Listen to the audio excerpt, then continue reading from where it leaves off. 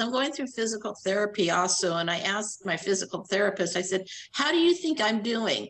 And in my head, I'm doing okay. He goes, well, no, you should be further along than you are. I mean, if you have a physical therapist who specializes with amputees, then you're in a good situation. If you're at a clinic where you got to think, if amputees are less than 1% of the population, there's a lot more rotator cuffs and back issues. You see so they're seeing a lot more than that than they are amputees. Clinics that have physical therapists that specialize with amputees, they may only have a handful of amputees at a time, but that person's working with all of them, so they're continuing to get that experience.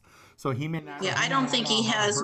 I don't think he has much experience with an amputee. Honestly, I think I might be the first one he's seen. And often, and the reason I said that is, and you can ask these questions and find out, but all too often that's the case. So he doesn't know how to verbalize what he expects from you. And if he doesn't work with amputees enough to know that it takes 2 years to maximize what you can do on a prosthetic limb, he doesn't even understand where you should actually be at.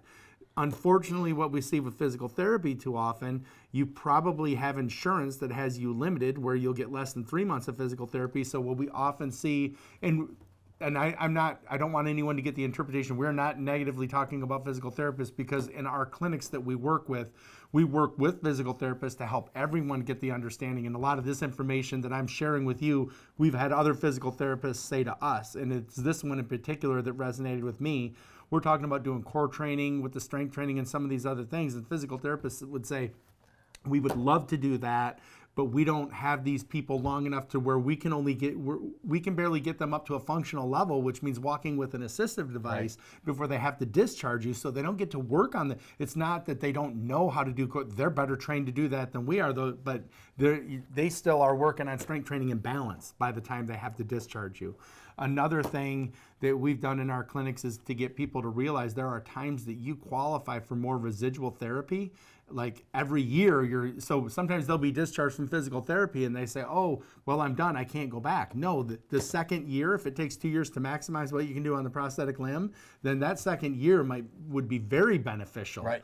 To go back for more therapy, but people just think they're discharged, so they're done. The reason we did our clinics is because we've said, unfortunately, what happens if it takes 2 years to maximize what you can do on the prosthetic limb, and people are getting 2 to 3 months worth of physical therapy, what happens and why are the majority of amputees K2 amputees, which we don't have in our clinics? We had different results and we wanted the answers because the patients plateau where therapy stops.